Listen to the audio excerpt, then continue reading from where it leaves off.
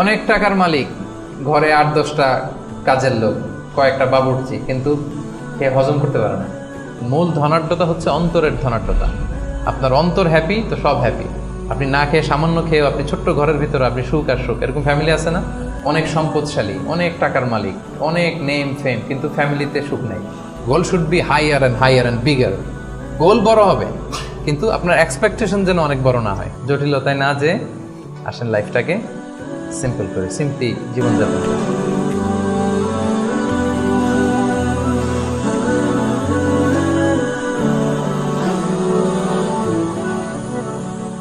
আসসালামু আলাইকুম ওয়া রাহমাতুল্লাহি তাআলা ওয়া বারাকাতুহু।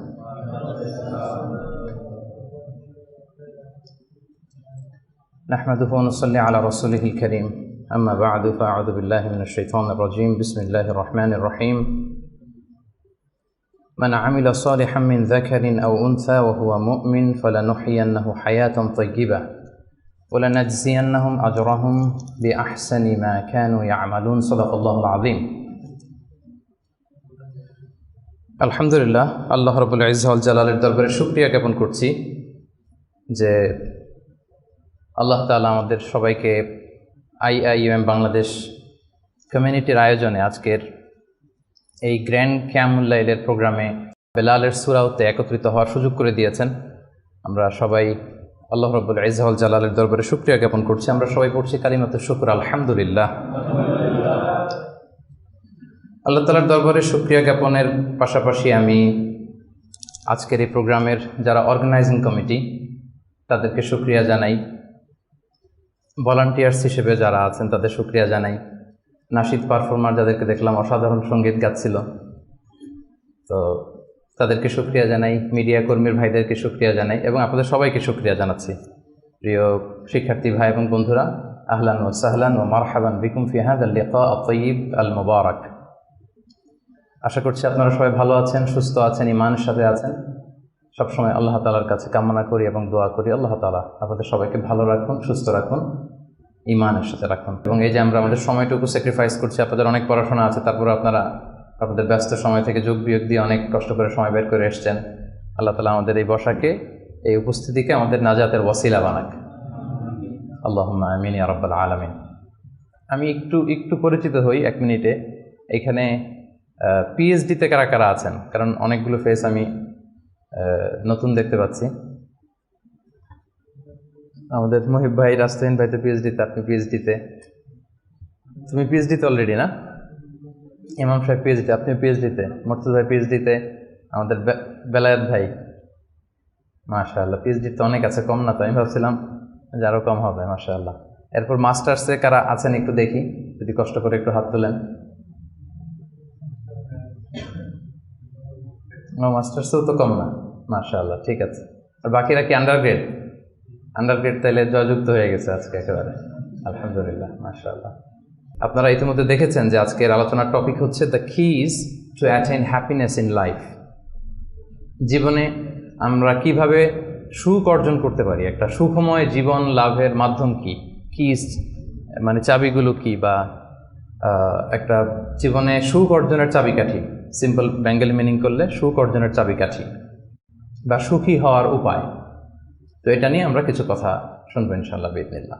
যেটা করলে বা যেটার মধ্য দিয়ে আমাদের ভালো লাগা কাজ করে, আমাদের তৃপ্তি লাগে, মনোদৈহিক প্রশান্তি আমরা পাই, যে কাজের মধ্য দিয়ে ওই কাজটাই আসলে সুখ, তাই না? তো the keys to attain happiness in life, জীবনে এই সুখ পাওয়ার মাধ্যম, কিভাবে সুখ পাবো আমরা, এই যে তৃপ্তি লাগা, ভালো লাগা, এই সুখটা, এটা আমরা কিভাবে পাবো, কিভাবে এটা আমরা গেইন করব, ইসলামী পার্সপেক্টিভে এটা নিয়ে আজকে একটু কথা বলার চেষ্টা করবো ইনশাআল্লাহ। তো সম্মানিত সুধী, সুখ চাই না দুঃখ চাই এরকম কি কেউ আছি? সুখ লাগবে না এরকম কেউ আছেন এখানে? হ্যাঁ, জি বললো কে? জি না বলছে সে। আমি আমার পিএইচডিতে যেই টপিকটা নিয়ে কাজ করেছি সেটা হচ্ছে human behavioural patterns in the Holi Quran and analysis of its multiple dimensions. মানে মানুষের আচরণটা কোরআন কিভাবে দেখে, কোরআন এটাকে কিভাবে এক্সপ্লেন করে। তো ওখানে অনেক টেন্ডেন্সিস দেখা যায় মানুষের মধ্যে। বিশ্বাসীদের এক ধরনের অ্যাটিচিউড, অবিশ্বাসীদের এক ধরনের অ্যাটিচিউড, তারপর যারা বিশ্বাসীও না অবিশ্বাসীও না মাঝামাঝি এক ধরনের অ্যাটিচিউড। কিন্তু সবার সাধারণত একটা কমন অ্যাটিচিউড হচ্ছে সবাই সুখ চায়, তাই না? সবাই শান্তিতে থাকতে চায়, সুখময় জীবন চায় সবাই, এবং সুখটাই মানুষ দেখাতে চায়, দুঃখটা দেখাতে চায় না। আপনি যদি আমাদের সোশ্যাল মিডিয়ার যুগ যেহেতু এখন, কানেক্ট করা আরও সহজ। দেখেন আমরা আমাদের সুখকর মুহূর্তগুলো শেয়ার দিই, আমাদের যে খুব গ্ল্যামারাস যে ইভেন্টসগুলো আছে, সুন্দর সুন্দর ইভেন্টস বাদ দেন, লেটস এ ছবি, আমি একটা ছবি আপলোড দিব কোনো এক কারণে, আমরা কি করি 10টা ছবি তুলে খুঁজে খুঁজে সবচাইতে সুন্দর লুক আসছে যেটা, ওইটা দেই। তার মানে সুখী তো হতে চাই বটেই, আবার এই সুখটা, বুঝতেছেন তো নাকি? মানে ধাপে ধাপে আগাইলে আপনারা মজা পাবেন, টপিকটা ডাইজেস্ট হবে আর কি, যেটা আমরা বলি। একেবারে শুরু থেকে শেষ পর্যন্ত আমরা বুঝে বুঝে আগালাম। তাহলে প্রথমে বুঝলাম যে সবাই সুখ চাই, এটাতে একমত সবাই, তাই না? গেল। এরপর হচ্ছে এই সুখটাই আমরা প্রকাশ করি, সুখটাই শেয়ার করি, সুখটাই দেখাতে চাই, দুঃখ আমরা লুকাই। এবং আমি আজকে সার্চ করে অবাক হলাম, বিশ্ব সুখ দিবস নাকি একটা আছে, আপনারাও একটু গুগল করে দেখেন। এটা হচ্ছে প্রতি বছর মার্চের 20 তারিখে the international day of happiness, বিশ্ব সুখ দিবস। দেখেন, তার মানে এটা যে আমরা চাই, এটা যে লাগবে, এটা ইন্টারন্যাশনালি কোন জায়গায় চলে গেছে দেখেন। সবাই এটা, আমরা সুখের কাঙ্গাল, আমরা সুখের ভিখারি, আমরা সবাই সুখ চাই, সুখী হতে চাই আমরা সবাই। আর একটা মৌলিক কথা আলোচনা শুরুতে খেয়াল রাখলে সামনের পয়েন্টসগুলো আমার বোঝাতে সুবিধা হবে, সেটা হচ্ছে এই পৃথিবীর সুখটা হচ্ছে টেম্পোরারি। এটা কি একমত সবাই? এই the happiness in this life is temporary, এটা টেম্পোরারি, এটা স্থায়ী না। আপনি সুখ পাবেন, আপনি সুখী হবেন, আবার দেখবেন দুঃখ চলে আসছে, সুখের পরে দুঃখ, আবার সুখ, এই যে this is the circle of life, সুন্নাতুল্লাহি ফিল আরদ। পৃথিবীতে এটাই আল্লাহর সুন্নাত, সুখের পরে দুঃখ আসে, দুঃখের পরে আবার সুখ আসে, এটা পার্মানেন্ট না। পার্মানেন্ট সুখ হচ্ছে আখিরাতে। তো আজকে আমি যেটা বলবো যে the keys two attain happiness, আমি দুইটার কথাই বলবো। টেম্পোরারি জীবনে এটা তো, এদিকের হ্যাপিনেসও তো লাগবে, শুধু আখিরাতে কীভাবে হ্যাপিনেস এটা তো হবে না। এই দুনিয়ার হ্যাপিনেসটাও কীভাবে আমরা অ্যাটেইন করতে পারি, এবং আমাদের যে লাইফ আফটার ডেথ, ওই লাইফেও আমরা হ্যাপিনেস কীভাবে অ্যাটেইন করতে পারি, এই সবগুলো ব্যাপার নিয়ে আমরা কথা বলবো ইনশাআল্লাহ বিইজনিল্লাহ। তাহলে নতুন আর একটা কথা যুক্ত হলো। প্রথম বললাম সবাই সুখ চাই, সুখটাই দেখাতে চাই। 3 নম্বর কথা যেটা যুক্ত হলো, দুনিয়ার সুখটা এটা অস্থায়ী, ক্ষণস্থায়ী। আপনি যদি চিরস্থায়ী সুখের সন্ধান পেতে চান, সেটা হবে আখিরাতে, এটা দুনিয়াতে কখনোই হবে না। এবং কোরআনের অনেক আয়াতে আপনি এটা দেখবেন, যেমন একটা আয়াতে আছে ওয়াম্মাল্লাযীনা সুঈদু ফাফিল জান্নাতি, লম্বা আয়াত। তারপর আল্লাহ বলছেন আতাআন গায়রা মাজযুদ, মানে জান্নাতে যেই নিয়ামত আপনাকে দেয়া হবে এটা হচ্ছে আতা, এমন একটা রিওয়ার্ড বা এমন একটা গিফট যেটা হচ্ছে গায়রা মাজযুদ, এটা কখনো কাট আপ হবে না, আনইন্টারাপ্টেড গিভিং, কেউ ইন্টারাপ্ট করবে না এটাতে। আপনি যা চান, যেভাবে চান, যেটাতে আপনার সুখ হয়, শান্তি হয়, ওটা আসবেই, এবং আসা যে শুরু হবে এটার কোনো দিন থামবে না, এন্ডলেস। আখিরাতের যে সুখ প্রশান্তি এটা এন্ডলেস এবং এটা পার্মানেন্ট, আর দুনিয়াটা হচ্ছে ক্ষণস্থায়ী।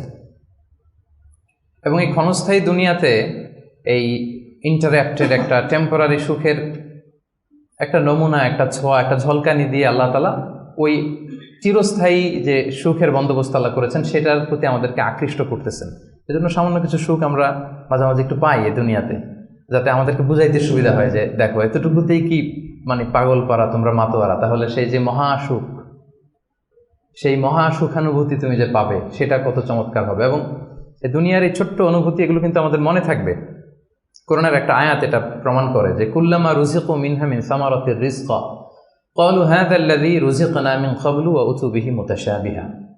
আমরা যখন জান্নাতে যাব, আমাদেরকে জান্নাতের যখন কোনো ফল দেয়া হবে, লেটস সে অ্যাপেল দেয়া হলো খাওয়ার জন্য, এই অ্যাপেল দেখেই মানুষ বলবে এই তো আপেল তো দুনিয়াতেও খাইছে এটা।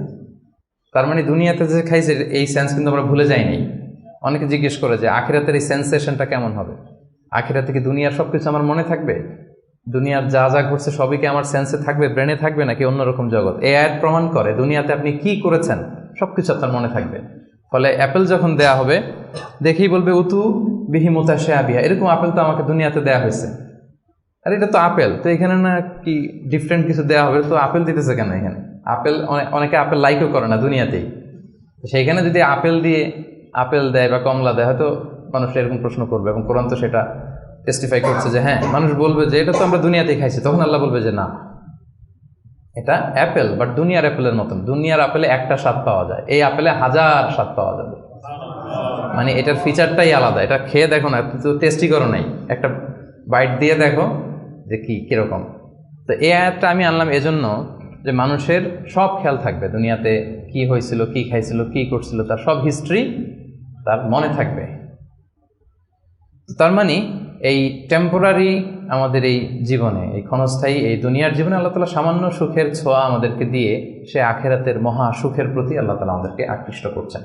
তো আজকের আলোচনায় এই দুনিয়াতে আমরা কিভাবে সুখে শান্তিতে থাকবো, একটা হ্যাপি পিসফুল লাইফ লিড করব, এটা আবার সে আখিরাতেও কিভাবে আমরা হ্যাপি হতে পারি, এই সবগুলো ব্যাপার নিয়ে ইনশাআল্লাহ আলোচনা করব। এবার আমি মূল আলোচনায় চলে যাই। আমি 10টা পয়েন্ট নিয়ে কথা বলবো। 10 keys to attain happiness, 10টা টুলস বা কি, চাবিকাঠি, সুখের চাবিকাঠি আজকে আপনাদেরকে দিয়ে যাব।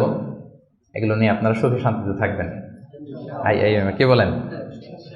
তো এই 10টা টুলস বা 10টা কিজ যদি আমরা একটু খেয়াল করি, দেখবেন যে আসলেই আল্লাহ তাআলা কিন্তু আমাদেরকে এমন জীবন দর্শন শিক্ষা দিয়েছেন, রাসূল সাল্লাল্লাহু আলাইহি ওয়াসাল্লামের লাইফস্টাইল থেকে আমরা এমন লেসন পাই যেটা দিয়ে দুনিয়াতেও আমরা সুখে থাকতে পারবো, আখিরাতেও সুখে থাকতে পারবো। সুখ আমাদের নিশ্চিত হবে ইনশাআল্লাহ।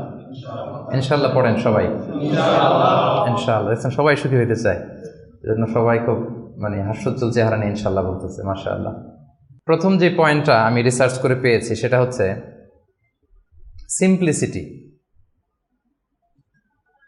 একেবারে সিম্পল লাইফ লিড করা, ইজি গোয়িং হওয়া। যারা এই দুনিয়ার জীবনে ইজি গোয়িং তারা হ্যাপি বেশি।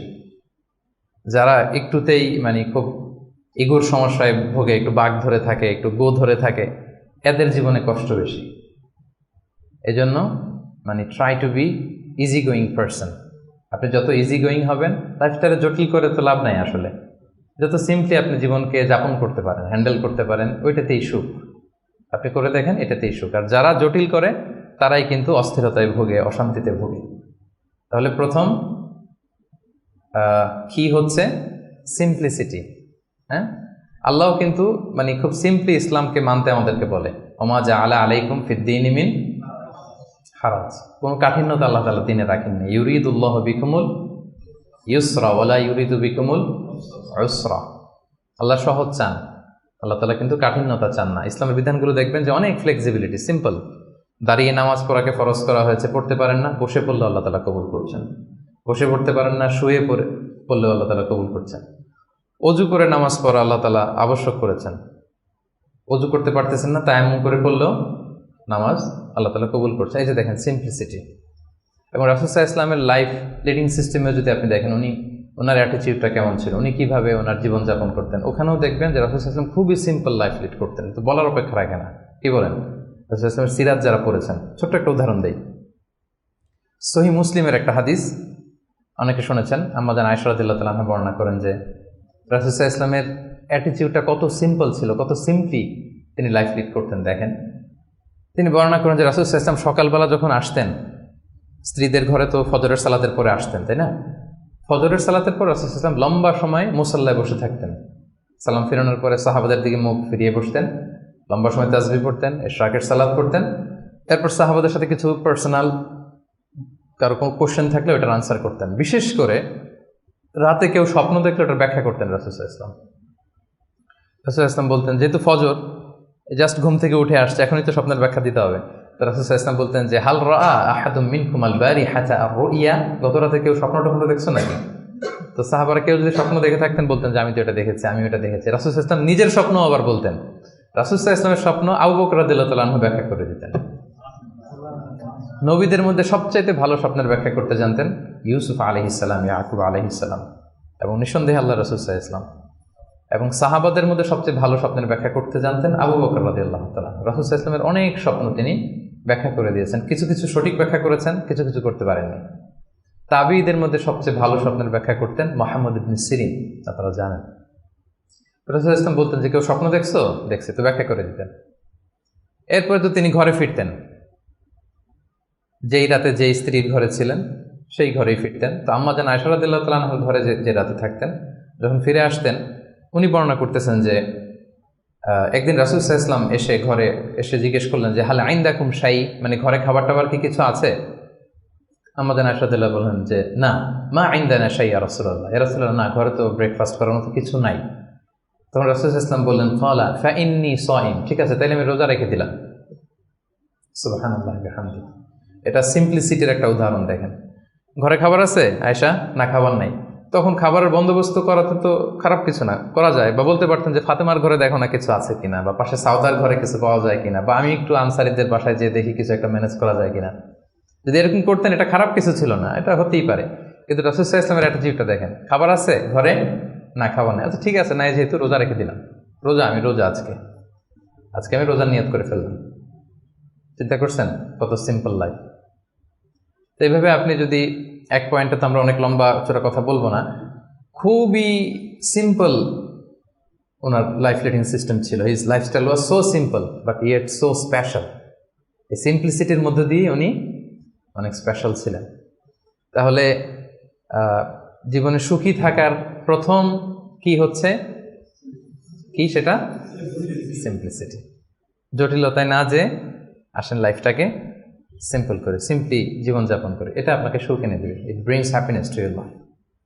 এটা গেল 1 নাম্বার। 2 নাম্বার, আপনার সেকেন্ড কি টু অ্যাটেন হ্যাপিনেস, সেটা হচ্ছে টু ফরগিভ আদার্স, অন্যকে ক্ষমা করে দেয়া। আপনি যদি ক্ষমা করে দেন মানুষকে, আপনি সুখে থাকবেন, শান্তিতে থাকবেন।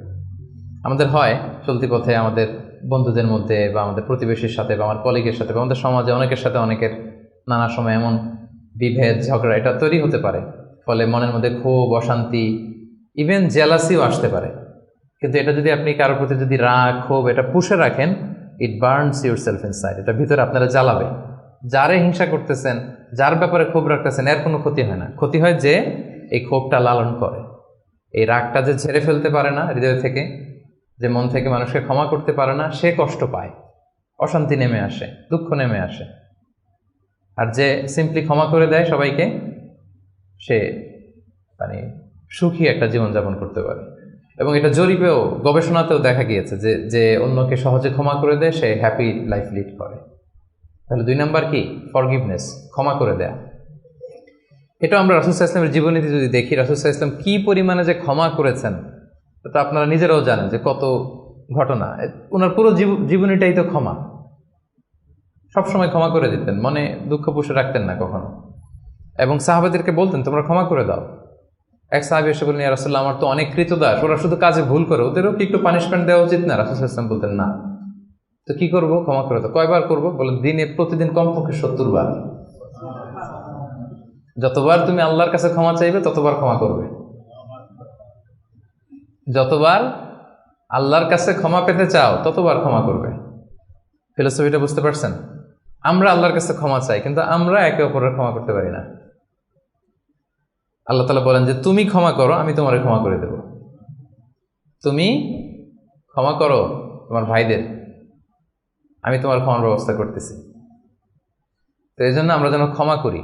রাসূল সাল্লাল্লাহু আলাইহি ওয়াসাল্লাম সবসময় ক্ষমা করে দিতেন, কারোর ব্যাপারে মানে ক্ষোভ, রাগ এগুলো কখনোই রাখতেন না। একটা ছোট্ট মজার ঘটনা বলি। আনাস রাদিয়াল্লাহু তাআলা আনহু বর্ণনা করেন যে রাসূল সাল্লাল্লাহু আলাইহি ওয়াসাল্লামের পাশ দিয়ে একবার আমি হাঁটতেছিলাম, ও আলাইহি বুরদুন নাজরানি, নাজরান এলাকা থেকে আনা একটা চাদর রাসূল সাল্লাল্লাহু আলাইহি ওয়াসাল্লামের গায়ে ছিল। রাসূল সাল্লাল্লাহু আলাইহি ওয়াসাল্লাম চাদর পরতেন গলিদুল হাসিয়া, যে চাদরের মানে ওই যে চাদরের পাশে ডিজাইন করা থাকে না নাকি, এই তো এটা কি বলে বাংলায়, ভালো বাংলায় নকশা তো ডিজাইনটারে বলে, কিন্তু চাদরের কর্নার পাশটারে কি বলে? পায়ের পার এটা বলে বাংলায়, না শুদ্ধটা কি আমি জানি না। তো ওই যে চাদরের পারে বা পাইরে গলিদুল হাসি, এটা খসখসে ডিজাইন ছিল। রাসূল ইসলাম গায়ে চাদর মুড়িয়ে আছেন। তো এক বেদুইন আসছে, যার মধ্যে ওইরকম সিভিলাইজেশনের ছোঁয়া লাগে না, সভ্যতার ছোঁয়া লাগে না। সে এসে রাসূল ইসলামের চাদর ধরে টান দিছে, টান দিয়ে বলছে, ইয়া মুহাম্মদ মুরলি মিন মালিল্লাহ আচিনি মিন মালিল্লাহ, বাইতুল মাল থেকে কিছু দাও আমারে।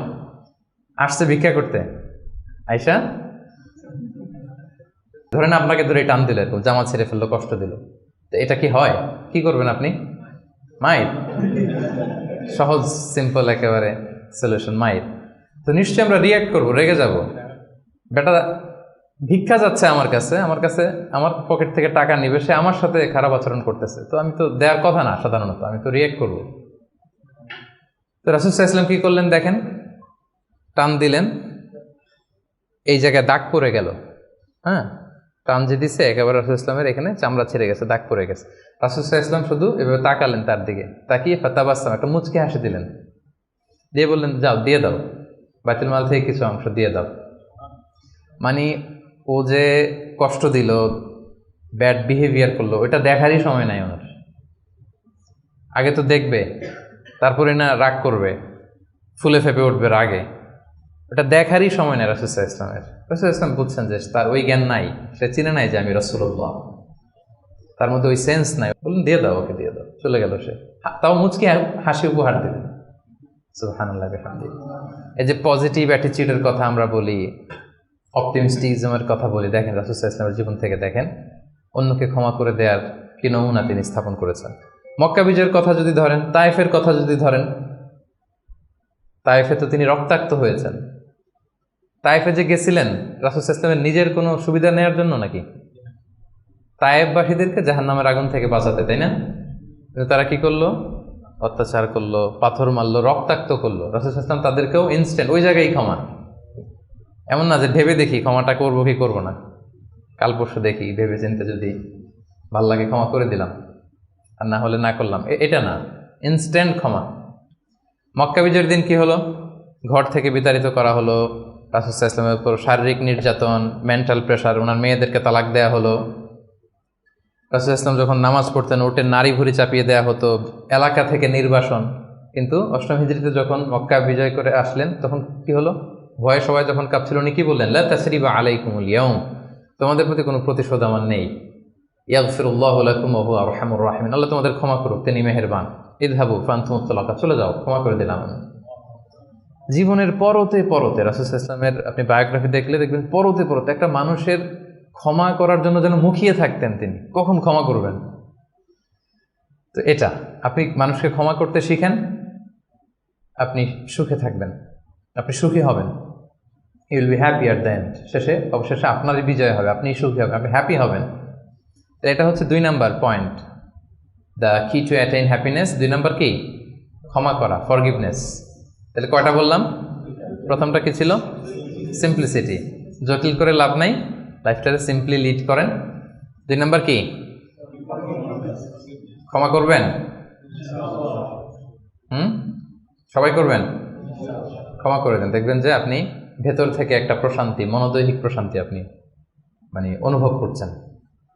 3 নাম্বার, সুখে থাকার 3 নাম্বার চাবিকাঠি হচ্ছে try to make others happy, অন্যকে সুখী করার চেষ্টা করা। মানে আপনি হ্যাপি হইতে চাইলে আরেকজনকে হ্যাপি বানাইতে হবে। বুঝতে পারছেন না ব্যাপারটা? খুব সিম্পল। আপনি যদি অন্য মানুষ কিভাবে সুখী হতে পারে, তারা কিভাবে ভালোভাবে থাকতে পারে, এটা নিয়ে টেনশন করেন, আপনার হ্যাপিনেস নিয়ে এটার দায়িত্ব নেবে কে? কিছু কাউকে দেন, দান করেন, চ্যারিটি করেন, ডোনেশন করেন। এটা করার পরে যে কি সুখানুভূতি, অনুভূতি কি আর বোঝানো যায় না, ওটা অনুভব করতে হয়। এটা আপনি অনুভব করবেন, এবং যারা আপনারা এটা করেন নিশ্চয়ই অনুভব করেছেন। তো এটা যদি আমাদের মধ্যে থাকে, এটা আপনাকে হ্যাপি করবে। চিন্তা করেন ইসলামের বিধানগুলো, ইসলামের বাতলে দেওয়া যে জীবন দর্শন কত সুন্দর, মানে পুরো সমাজের সবাই যেন আমরা হ্যাপি থাকতে পারি, এরকম একটা সিস্টেম, তাই না? অন্যরা হ্যাপি আমি করতে যাচ্ছি, আমি হ্যাপি হয়ে যাচ্ছি। এবং সহিহ মুসলিমের একটা হাদিস এখানে আমি উল্লেখ করতে চাই, লম্বা হাদিস, শেষের অংশটা টেক্সটটা হচ্ছে এরকম যে আল্লাহু ফি আউনিল আবিদি মা কানাল আবদু ফি আউনি আখি। রাসূল সাল্লাল্লাহু আলাইহি ওয়াসাল্লাম বলেন, আল্লাহ তাআলা ততক্ষণ পর্যন্ত বান্দার সাহায্যে থাকে যতক্ষণ পর্যন্ত বান্দা তার ভাইয়ের সাহায্যে থাকে। কথাটা বুঝতে পারছেন? আই রিপিট, আল্লাহ তাআলা ততক্ষণ পর্যন্ত কোনো বান্দার সাহায্যে থাকে যতক্ষণ পর্যন্ত এই বান্দা তার ভাইয়ের সাহায্যে থাকে। তা আপনি আল্লাহর সাহায্য পাইতে হলে এটার কন্ডিশন কি বলেন তো দেখি? আপনার ভাইকে হেল্প করেন, তাকে হেল্প করেন, তার একটু উপকার করেন, আল্লাহ তাআলার পক্ষ থেকে নুসরাত, সাহায্য এটা নেমে আসবে। সুবহানাল্লাহ। তার মানে অন্যের প্রতি ভালো যেটা করেন, এই ভালোটা আপনার দিকে ফিরে আসে। অন্যের প্রতি শুভকামনা, এটা রিটার্ন হয়ে আপনার দিকেই ফিরে আসবে। So try to make others happy, অন্যকে সুখী করার চেষ্টা করা, এটা আপনাকে সুখী করবে। 3 নম্বর পয়েন্টটা বুঝতে পেরেছেন? আচ্ছা, 4 নম্বর পয়েন্ট হচ্ছে, সুখে থাকার 4 নম্বর মাধ্যম হচ্ছে be grateful with what you have. আপনার যা আছে এটা নিয়েই গ্রেটফুল থাকেন, কৃতজ্ঞ হন যেটা আছে। আমরা যেটা করি, আমার যেটা আছে এটা নিয়ে আমি তৃপ্ত না, আমি অন্যদের গুলো দেখে হাহুতাশ করি, কিন্তু আমার মাঝেই যে আনন্দ নেয়ার কত কিছু আছে এটা আপনি একটু খেয়াল করে দেখেন না, একটু খেয়াল করে দেখেন। এবং আল্লাহ তাআলা বলছেন যে ওয়া ইয তাআযানা রাব্বুকুম লা ইন শাকারতুম লা আযীদান্নাকুম ওয়া লা ইন কাফারতুম ইন্না আযাবি লাশাদীদ, যে তোমরা যদি শুকরিয়া করো আমি নিয়ামত বাড়িয়ে দেব, আর যদি কুফরি করো মানে অকৃতজ্ঞ হও তাহলে আমার শাস্তির মুখোমুখি কিন্তু তোমাকে হতে হবে। তাহলে শুকরিয়া করলে আল্লাহ তাআলা বাড়িয়ে দেয়। তো এই জায়গাটাতে আমাদের বড় ঘাটতি, আমাদের যা আছে what I have I am not happy with that, এটা নিয়ে আমি সুখী না। মনে হয় যে ওইটাতে মনে হয় সুখ, ওই জায়গায় যেতে পারলে আমার জীবনটা একেবারে খুব আমি আনন্দিত হতাম।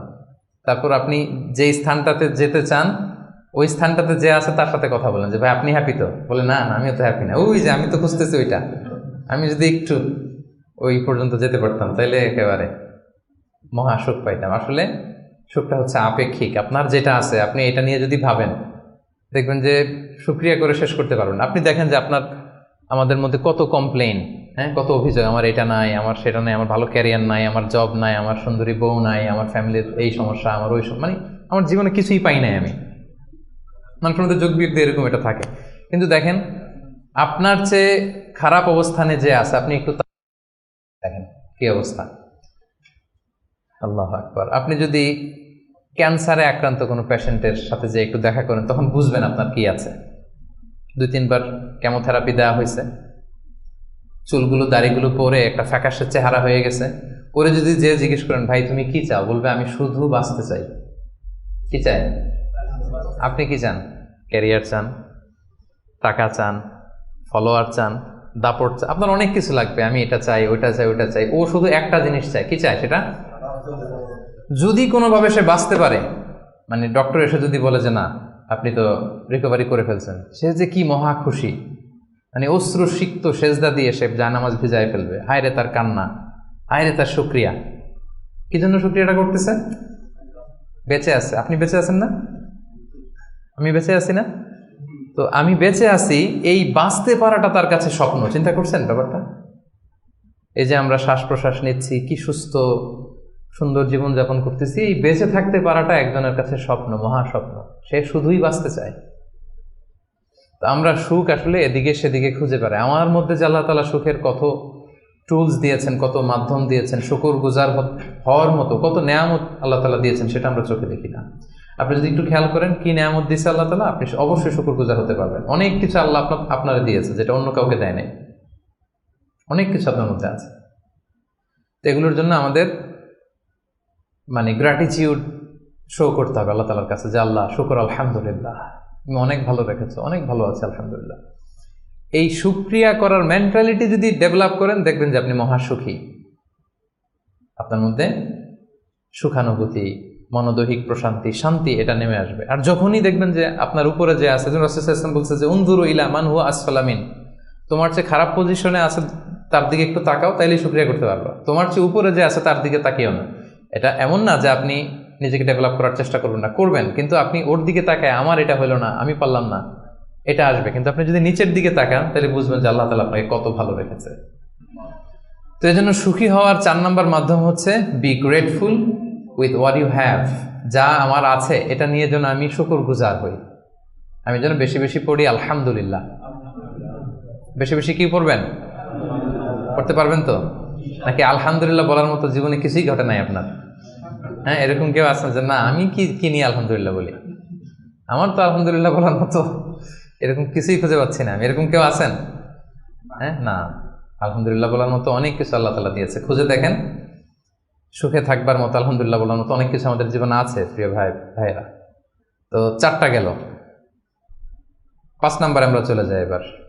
5 নাম্বার হচ্ছে অনেকটা কাছাকাছি আগেরটার, অ্যাভয়েডিং কম্প্যারিজনস, তুলনা না করা।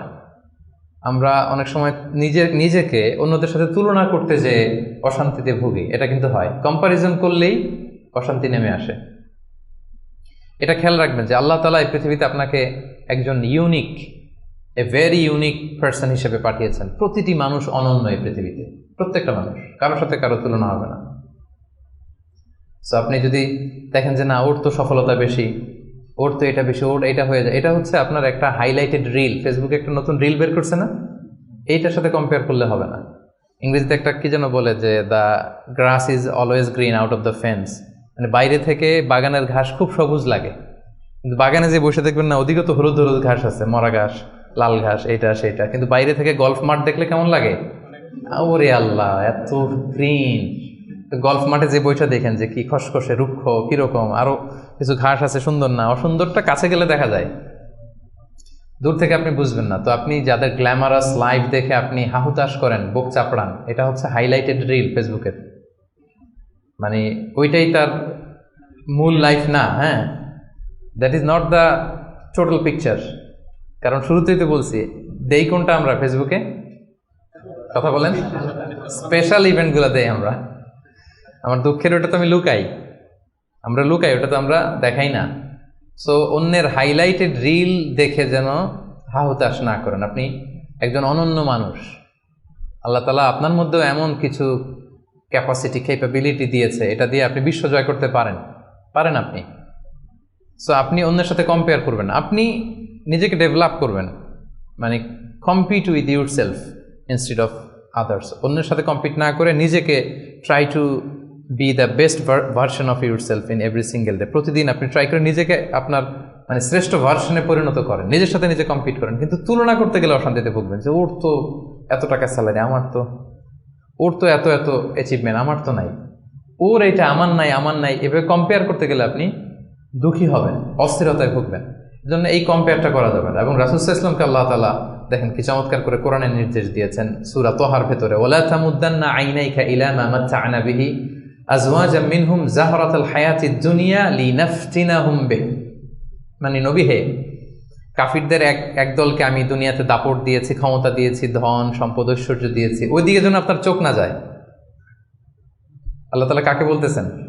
রাসূলুল্লাহ সাল্লাল্লাহু আলাইহি ওয়াসাল্লামকে বলতেছেন যে কাফেরদের মধ্যে থেকে একদলকে আমি অনেক ধন সম্পদ দাপট অনেক কিছু দিয়েছি, আপনি ওইটা দেখে মন খারাপ করেন না, মানে কম্পেয়ার করতে যায় না, আমার এটা নাই, আপনারা যে আমি কত কিছু দিয়েছি, আপনাকে তো নেয়ামত দিয়ে আমি ধন্য করে ফেলেছি। তো রাসূল সাল্লাল্লাহু আলাইহি ওয়াসাল্লামকে আল্লাহ তাআলা এই নির্দেশনা দিয়েছেন। আরেকটা আয়াত শোনাই, সূরাতুল গাফিরে বলছেন, সূরাতুল মুমিন যেটা, ফালা ইয়াগরুরকা তাকাল্লুবুহুম ফিল বিলাদ। নবী হে, কাফিররা এই দুনিয়াতে বড় বড় সফর করে, বিশাল ক্যারাভান নিয়ে যায়, অনেক লাভ করে নিয়ে আসে, এটা সেটা, তাদের জীবনের এই চাকচিক্য দেখে এটা দেখে এটা যেন আপনাকে ধোকায় না ফেলে দেয়। আপনি এটার সাথে নিজেকে কম্পেয়ার করবেন না, আপনি নিজের সেলফ ডেভেলপমেন্টের চেষ্টা করবেন, আপনার রোলটা আপনি প্লে করবেন, প্রপার সময়ে প্রপার রেসপন্সটা আপনি করবেন, কিন্তু আপনার সাথে আপনি আরেকজনকে কম্পেয়ার করবেন না। এই কম্পেয়ার করার কারণে আমাদের সমাজে, আমাদের জীবনে অনেক অশান্তি তৈরি হয়। এই কম্পারিজনটাতে কিন্তু ক্ষতি। এই পয়েন্টটা বুঝতে পারছেন? কম্পারিজন করবেন না, কারণ প্রত্যেকে আমরা অনন্য একজন মানুষ। অ্যাভয়েডিং কম্পারিজনস, আপনি যখনই এই তুলনা বাদ দিবেন দেখবেন যে আপনি হ্যাপি। তুলনা করলেই, কারণ নিচের দিকে তো আর তুলনা করবেন না, করবেন কোথায়? এইটা নাই, ওইটা নাই, আমার এইটা হইল না, আমার সাথে কেন হয়, আমার কেন এত দুঃখ। এই কম্পারিজন যখন করবেন অস্থিরতা আসবে। এই পয়েন্টটা ক্লিয়ার? আচ্ছা, মাশাআল্লাহ, 5টা চলে গেল। 6 নাম্বার, এটা খুব ইন্টারেস্টিং। 6 নাম্বার পয়েন্ট যেটা আমি লিখেছি সেটা হচ্ছে পিস অফ মাইন্ড। এই যে শুরুতে কে যেন সংজ্ঞায় বললো যে মনের সুখ, তো এই যে মনের সুখটাই আসল সুখ, আমরা যে বাংলায় বলি, এই পয়েন্টটা হচ্ছে এটাই, মনের সুখই আসল সুখ। আপনার মন, আপনার হৃদয়টা, আপনার হার্ট, আপনার সোল, এইটা মানে পিস অফ মাইন্ড আছে কিনা এটা আপনি খেয়াল করবেন। বাহ্যিক অনেক জিনিস আপনার মানে চোখ ধাঁধানো মনে হতে পারে, ওইটা কিন্তু আসলে সুখ না। সুখ আসলে কোথায়? হৃদয়ের সুখটা, মনের সুখটাই আসল সুখ। আপনি দেখবেন যে অনেক অনেক সম্পদশালী, অনেক টাকার মালিক, অনেক নেম ফেম, কিন্তু ফ্যামিলিতে সুখ নেই, ঘরের ভেতরে তার অশান্তি, এরকম আছে না অনেক? আসলে কি সে সুখী? টাকা পয়সার তো শেষ নাই, মিলিয়নিয়ার, বিলিয়নিয়ার, মাল্টি বিলিয়নিয়ার, বিশাল বিজনেস ম্যাগনেট, কিন্তু ঘরে স্ত্রীর সাথে ভালো সম্পর্ক নাই, ছেলে মেয়ে কথা শোনে নাই, তো অহরহ এখনকার সময়। তা আসলে কি সে হ্যাপি? কি বলেন? চিত্তে শান্তি নাই, মনে সুখ নাই। মনের সুখ আসল সুখ। অনেক টাকার মালিক, ঘরে 8-10টা কাজের লোক, কয়েকটা বাবুর্চি, কিন্তু খেয়ে হজম করতে পারে না, আছে এরকম প্রবলেম অনেকের? বলেন তো, যার ডাইজেস্টের সমস্যা, ডাইজেস্ট হয় না, তার কত কষ্ট। আমাদের কখনো যখন এরকম হয় যে ডাইজেস্ট হচ্ছে না, একটু কি বলে ফুড পয়জনিং বা বদহজম এরকম কিছু হলে কি অশান্তি লাগে, আর সারা জীবনটাই এটা। তার জীবনটা কেমন যাচ্ছে বলেন? আপনার যে মনে শান্তি আছে, এই যে 2 টাকা দিয়ে নাসি আয়াম খেয়ে ফেলতে পারতেছেন, যেখানে মনে চাই বসে ফেলতে পারতেছেন, শুইতে পারতেছেন, থাকতে পারতেছেন, কত সিম্পল লাইফ, কত সুখ। এরপরেও আমরা যদি সুখ খুঁজে না পাই, আপনি একটু ওদের দিকে তাকান, কিছুই হজম হয় না। তাদের কি অবস্থা? ঘরে শান্তি নাই, ফ্যামিলিতে শান্তি নাই। তো এই জন্য সম্মানিত ভাইয়েরা, পিস অফ মাইন্ড, এটা হচ্ছে the true happiness, the real happiness. আপনার মনটা যদি প্রশান্ত থাকে, আপনি যদি মনোদৈহিক প্রশান্তির মধ্যে থাকেন, you are the happiest person in the world. আপনি সুখী, মহাসুখী, আপনি মহাসুখী। ইউআই থেকে বের হলে বুঝবেন দুনিয়াটা কেমন। এখানে আমরাও তো ছাত্র জীবন কাটিয়েছি একটা সময়, সুবহানাল্লাহ। পারিবারিক জীবনে যাবেন, ক্যারিয়ার লাইফে যাবেন, বিজনেসে যাবেন, ব্যবসা যাবেন, দিনকে দিন জটিলতার মধ্যে আপনি আসবেন। এখন যে কত হ্যাপি লাইফ লিড করতেছেন আপনি কল্পনা করতে পারবেন না। এর জন্য শুকরগুজার হতে হবে। তো তাই বলে কি এখন টাকা পয়সা সম্পদ এগুলোর দরকার নাই? বাড়ি ঘর বাবুর্চি এগুলো দরকার নাই যেগুলো বলতেছিলাম? না, দরকার আছে। আমি বুঝাতে চাচ্ছি যে ওগুলোই আসল সুখের সন্ধান দেয় না। আসল সুখ কিসের সুখ? মনের সুখ। সবাই বলেন, আসল সুখ মনের সুখ। পার্থিব জীবনের এই ব্যাপারগুলো যে লাগে, এটাও ইসলাম বলে। যেমন রাসূল সাল্লাল্লাহু আলাইহি ওয়াসাল্লাম একটা চমৎকার হাদিস, সহিহ হাদিস, এটা আমি একটু করে শেয়ার করি। রাসূল সাল্লাল্লাহু আলাইহি ওয়াসাল্লাম বলেছেন যে আরবাউম মিনাস সাআদা, 4টা হচ্ছে মানে সুখী হওয়ার মাধ্যম বা সৌভাগ্যশীল হওয়ার মাধ্যম। যার 4টা আছে সে সাঈদ, আর যার 4টা নাই সে শাকী। সাঈদ মানে কি? সুখী বা সৌভাগ্যশীল, আর শাকী মানে দুঃখী বা দুর্ভাগা। তো সুখী কারা বা সৌভাগ্যশীল কারা? রাসূল সাল্লাল্লাহু আলাইহি ওয়াসাল্লাম পার্থিব জিনিস যে লাগে, এটা যে ইসলাম ডিনাই করে না তার প্রমাণ রাসূল সাল্লাল্লাহু আলাইহি ওয়াসাল্লাম বলছেন যে আরবাউন মিনাস সাআদা, 4টা জিনিস মানুষের সুখ নিশ্চিত করে, সুখ এনে দেয় পার্থিব জগতে, দুনিয়াবি হাইসিয়াতে আর কি। 1 নম্বর হচ্ছে আল মারআতুস সালেহা, নেককার স্ত্রী। এটা কিন্তু আপনার জীবনকে সুখময় করার একটা বড় মাধ্যম। 2 নম্বর হচ্ছে আল মাসকানুল ওয়াসিআ, প্রশস্ত বাসভবন। কি বলেন? খুব যদি চিপা চাপা হয়, এটা তো ওখানে চলাফেরা করে মজা হবে না, স্বাভাবিক। কিন্তু যদি একটা চমৎকার বাসভবন হয়, অনেক স্পেশাস, এটা আসলেই সুখ স্বাচ্ছন্দ্যের একটা ব্যাপার, মানে দুনিয়াবি দিক থেকে। 3 নম্বর হচ্ছে ওয়াল জারুস সালেহ, ভালো প্রতিবেশী, গুড নেইবার। কি বলেন? আরবিতে কি বলে? উতলুবুল জার ক্বাবলাদ দার, বাড়ি কেনার আগে আগে প্রতিবেশী দেখে নাও, আরবি ভাষার একটা প্রবাদ। আর 4 নম্বর হচ্ছে ওয়াল মারকাবুল হানি, মানে হচ্ছে লিটারালি হচ্ছে সুইট রাইডিং, ভালো একটা আরোহণ। এটা বর্তমানে গাড়ি হইতে পারে, একটা সুন্দর চমৎকার গাড়ি, ভালো ব্র্যান্ডের গাড়ি, মার্সিডিজ না হইতে পারে। তারপর রাসূল সাল্লাল্লাহু আলাইহি ওয়াসাল্লাম টেস্টিফাই করছে, আপনার এটা নেগেটিভলি নেওয়ার সুযোগ নাই। হ্যাঁ, এটা দুনিয়াবি দিক থেকে তো অবশ্যই একটা সুখের মাধ্যম, মার্সিডিজ ব্র্যান্ড হতে পারে। অথবা রাসূল সাল্লাল্লাহু আলাইহি ওয়াসাল্লামের সময় ছিল যে কোনো আরোহণ, ভালো ঘোড়া, তেজস্বী ঘোড়া, উট, হ্যাঁ এগুলো। তাহলে এই 4টা হচ্ছে আরবাউম মিনাস সাআদা। এই 4টা জিনিস পার্থিব জগতের সুখ এনে দেয়, মানুষকে সৌভাগ্যশীল বানায়। তার মানে ইসলাম এটা নিষেধ করে নাই। কিন্তু দ্য পয়েন্ট ইজ হেয়ার, রাসূল সাল্লাল্লাহু আলাইহি ওয়াসাল্লামের জীবনে কয়টা ছিল বলেন? এই 4টার মধ্যে থেকে রাসূল সাল্লাল্লাহু আলাইহি ওয়াসাল্লামের জীবনে আসলে কয়টা ছিল? শুধু 1 নম্বরটাই ছিল।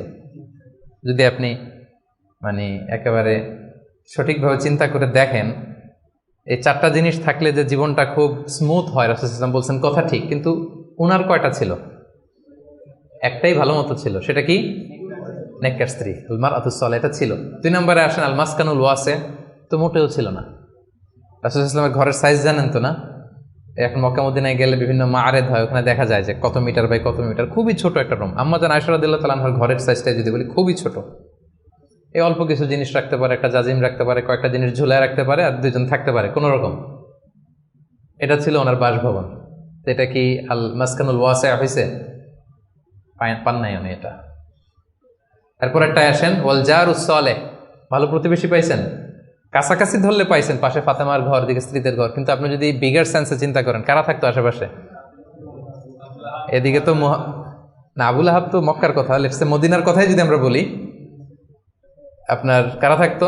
মুনাফিকদের একটা দল তো থাকতোই, আর 3 দিকে জিউস, ইহুদিরা, বনু কাইনুকা, বনু নাদির, বনু কোরাইদা, এরা কি করছে রাসূল সাল্লাল্লাহু আলাইহি ওয়াসাল্লামের সাথে? মানে ট্রেচারির যত ধরন হইতে পারে, বিট্রে করার যত ওয়ে হতে পারে সবগুলো করেছে। একটা রাত শান্তিতে ঘুমাইতে পারে না এদের কারণে। এটা কবে পর্যন্ত? পঞ্চম হিজরির আগ পর্যন্ত ঘুমাতে পারে নাই।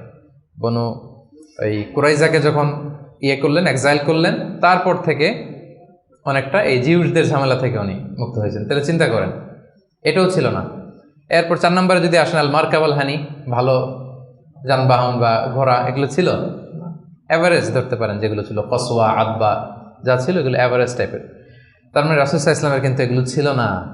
এটা প্রমাণ করে যে এগুলো হইলে জীবন স্মুথ হয়, সুন্দর হয়, বাট এগুলোই সুখ শান্তি দেওয়ার আসল টুলস না।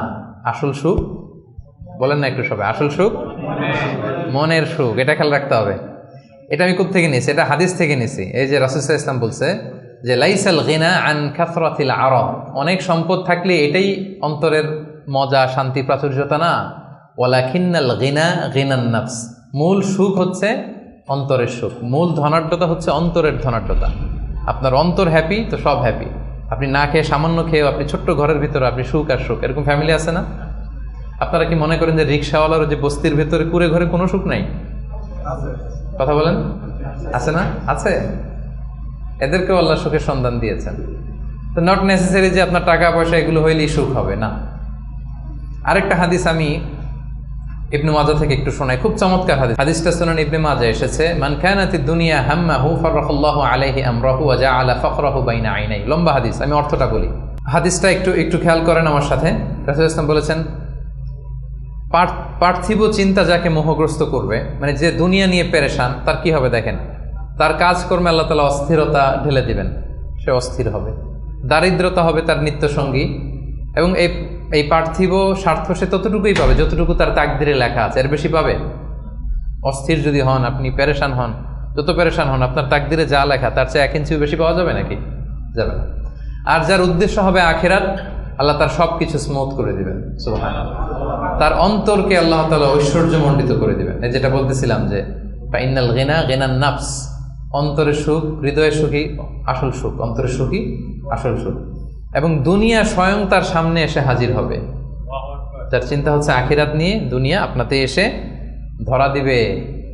তো এই জন্য হৃদয়ের সুখটা, এটা যে আসল সুখ, এটা যেন আমরা ফিল করি, এটা এনশিওর করার ট্রাই করতে হবে। আপনি এইটা না করে অন্যদিকে যদি বেশি ছুটেন, আপনার অস্থিরতা কমবে না। এটা আপনাকে দুঃখী বানাবে, অসুখী বানাবে, অস্থির বানাবে, আপনার সুখ কেড়ে নেবে জীবন থেকে। তাহলে এই যে হৃদয়ের সুখ, আসল সুখ, হ্যাঁ, piece of mind is the real happiness. 6 নম্বরটা বুঝতে পারছেন প্রিয় ভাইরা? বুঝতে পারছেন সবাই? আচ্ছা, এবার চলে যায় 7 নম্বরে। 7 নম্বর পয়েন্ট হচ্ছে এক্সপেক্ট লেস। এক্সপেকটেশন যেন লেস থাকে, তাইলে হ্যাপি হবেন। অনেক এক্সপেকটেশন পান নাই কিছু, এই তো দুঃখ শুরু। স্বামী স্ত্রীর কাছে অনেক এক্সপেকটেশন, পায় না এখন কিছু, দুঃখ বাড়তেছে। স্ত্রীর স্বামীর কাছ থেকে অনেক এক্সপেকটেশন, যখন হয় না ফুলফিল, কষ্ট পায়। বন্ধুর কাছে এক্সপেকটেশন অনেক বেশি, বাবা ছেলের কাছে এক্সপেকটেশন অনেক বেশি, সুপারভাইজার ছাত্রের কাছে এক্সপেকটেশন, ছাত্রের সুপারভাইজারের প্রতি। এই যে এটা তো বাস্তবতা, তাই না? যখন আপনি হাই এক্সপেকটেশন নিয়ে থাকবেন কিন্তু আউটকাম এরকম পাচ্ছেন না, তো কি হ্যাপি না আনহ্যাপি? বলেন, হ্যাপি না আনহ্যাপি? কিন্তু এক্সপেকটেশন খুব একটা আপনি বেশি করেন নাই, এরপরে আপনি যদি বেশি পান কেমন লাগবে? ভালো লাগবে না? আমার এক্সপেকটেশন নেই, একটা হইলেই হইলো, এরপরে দেখি মাশাআল্লাহ শুধু আসতেছে, কেমন লাগবে? ভালো লাগবে? হ্যাঁ, এই জন্য এক্সপেক্ট লেস। এক্সপেক্ট লেস মানে I am not talking about the goal. Goal should be higher and bigger. Goal বড় হবে, কিন্তু আপনার এক্সপেকটেশন যেন অনেক বড় না হয়। আপনার জীবনের গোল থাকবে বড়, কিন্তু আপনি যদি অনেক এক্সপেক্ট করেন জীবনের প্রতিটি ক্ষেত্রে, যখন ওই এক্সপেকটেশন ফুলফিল করবে না, আপনি কষ্ট পাবেন। এজন্য কালকে কি খাবো, আগামী মাসে কি হবে, এরপরের বছর, এই যে হাহুতাশ করা, অনেক এক্সপেক্ট করা, এটা মানুষের জীবনে দুঃখ নিয়ে আসে। আপনি আজকের জন্য বাঁচেন, কালকের তো জন্মই হয় নাই, আগামীকালের জন্ম হয়েছে। আজকের চিন্তা করেন, আজকের এটা নিয়ে আপনি থাকেন, দেখবেন যে হ্যাপি আপনি। আর যখনই কালকে কি করব, আগামী মাসে কি হবে, 23 সালে তো নাকি মন্দা, টাকার দাম কমতেছে, বিশ্ববাজারের কি অবস্থা, এই গোটা দুনিয়ার সব টেনশন যখন আপনি আপনার দায়িত্বে নেবেন, এই দুঃখ আপনার দুঃখ কেউ থামাতে পারবে না। দেখেন এখানে ইসলামী দৃষ্টিভঙ্গিটা কি দেখেন একটু। আল্লাহ রাসূল ইসলাম চমৎকার একটা কথা বলেছেন, সহিহ বুখারীর বর্ণনা। রাসূল ইসলাম বলেছেন, দুনিয়ার চলতি পথে আমাদের চলাফেরাটা বা লাইফস্টাইলটা যদি এমন হয়, দেখবেন যে ইউ উইল বি হ্যাপি। রাসূলুল্লাহ সাল্লাল্লাহু আলাইহি ওয়াসাল্লাম বলেছেন, কুন ফি দুনিয়া কাআন্নাকা গরীব আও আবিরু সাবিল। এই দুনিয়াতে তুমি এমনভাবে চলো যে তুমি গরীব। গরীবের ভালো বাংলা কি? মানে এই জায়গার লোক না আর কি, এটা চেনা আরেক জায়গার, স্ট্রেঞ্জার ইংরেজিতে, মানে as if you are a stranger here. হ্যাঁ, মুসাফির হতে পারে। ওই যে আবিরু সাবিল বলছে, ওইখানে আসলে মুসাফিরটা চলে আসার জন্য আমি ডিফারেন্সিয়েট করতেছি যে গরীব একটা আর আবিরু সাবিল আর একটা। এরকম স্ট্রেঞ্জারের মতো অথবা ট্রাভেলারের মতো লাইফ লিড করো। দেখেন হাদিসটা খেয়াল করে শুনতে হবে, তাহলে বুঝতে পারবেন অন্তর্নিহিত যে উদ্দেশ্যটা। এই দুনিয়াতে এমনভাবে চলো as if you are a stranger in this দুনিয়া or you are a traveller. আচ্ছা, এবার আমাকে উত্তর দেন। লেটস সে আপনার পেনাঙে যাইতে হবে। পেনাঙের ফ্লাইট ধরেন যে কেএলআই 2 থেকে 2টায়, দুপুর 2টায়, যে শোনেন যে 3 ঘন্টা ডিলে। কয় ঘন্টা? তা এখন 3 ঘন্টা যেহেতু ডিলে, তাহলে একটা ইজি চেয়ার কিনে নেই এয়ারপোর্টে, কি বলেন? একজন করলো কি, ইজি চেয়ার একটা কিনে নিল। এয়ারপোর্ট ধরেন যে অনেক খাবার দাবার ওখানে কিনে নিল, এরপর ওখানে একটা এটা কিনলো সেটা কিনলো, মানে ওখানে একটা খাট কিনে নিল, এটা কিনে নিল। বিশাল এয়ারপোর্টের মধ্যে সে বিশাল আয়োজন করতেছে 3 ঘন্টা এনজয় করার জন্য। কোনো পাগলও কি এমনটা করে? কেন করে না? কারণ আবিরু সাবিল, সে তো ট্রাভেলার। 3 ঘন্টা তো কোনো রকম সূরাতে যায় একটু নামাজ পড়তে পড়তে, অথবা একটু কোরআন তেলাওয়াত করতে করতে, অথবা ক্ষুধা লাগলে একটু কেএফসিতে ঢুকে একটু ফ্রেঞ্চ ফ্রাইস খাইতে খাইতে তো চলে যাবে, কি বলেন? এভাবেই তো আমরা কাটাই। আমাদের ফ্লাইট ডিলে হলে কি করেন বলেন? 3 ঘন্টা ফ্লাইট ডিলে হয়েছে, এয়ারপোর্টে কি করেন? কিছু জরুরি ফোন কল আছে, সেরে নেই নাকি? একটু পত্রিকায় ঢুমারি, কি কি নিউজ আজকে দেশে বিদেশের একটু দেখি, তারপরে একটু নামাজ পড়ে নেই, বা একটু অজু করে নেই, একটু ওয়াশরুম সেরে নেই, ক্ষুধা লাগলে একটু মেনু খেয়ে নেই, বা এটা একটু করে নেই। এইভাবে আমরা সাধারণত আমাদের ফ্লাইট ডিলে হলে টাইম পাস করি। তো এখন রাসূল ইসলাম বলছেন, এই দুনিয়ার পুরো জীবনটাই আসলে তো এটা তো একটা ট্রানজিশন পিরিয়ড।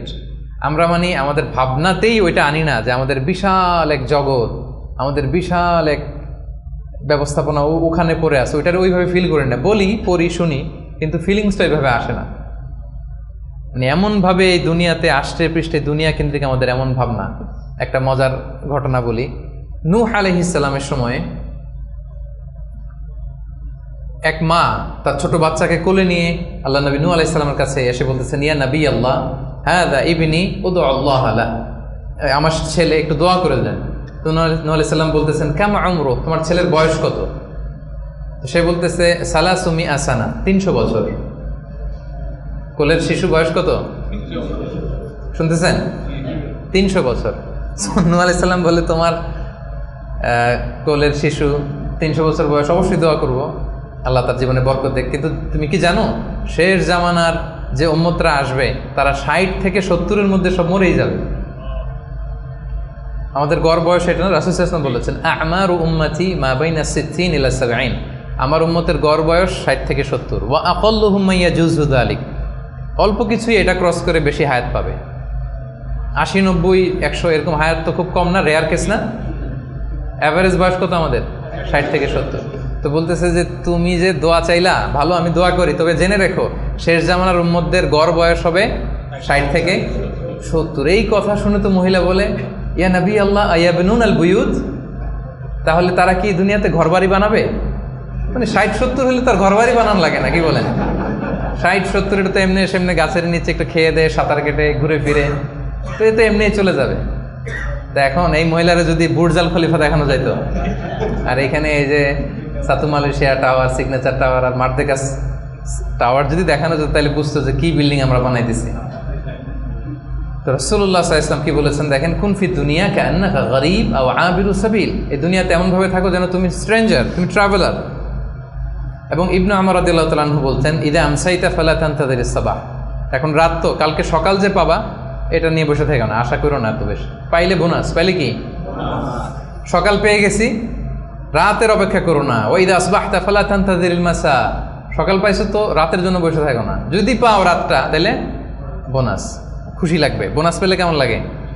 আর যদি আপনি এক্সপেকটেশন নিয়ে রাখেন যে আমি তো 1000 বছর বাঁচবো, এখন দেখেন যে সন্ধ্যাবেলা আজরাইল চলে আসছে, তখন সব একেবারে ভেস্তে যাবে। এজন্য এক্সপেক্ট লেস, তাহলে সুখে থাকবেন। কিন্তু বনি আদমের দেখেন আরেকটা হাদিস না বললেই না, রাসূল সাল্লাল্লাহু আলাইহি ওয়াসাল্লাম বলছেন যে আমাদের প্রত্যাশার ইয়েটা কত বেশি, সহিহ বুখারীর হাদিস যে লাউ আন্না লিবনি আদম ওয়াদিয়াম মিন যাহাব আহাব্বা ইয়াকুনা লাহু ওয়াদিয়ান ওয়া লা ইয়ামলা আফাহু ইল্লা তুরাব।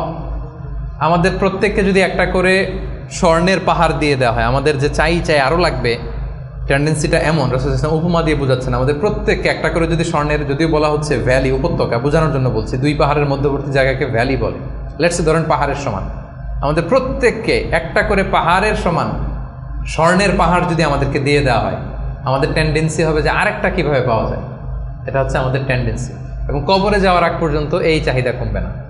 আচ্ছা বলেন, একটা পাহাড় কেন, 1000 কেজি স্বর্ণ পাইলে তো আমরা 14 গোষ্ঠী খেয়ে তো শেষ করতে পারবো না, পারবো?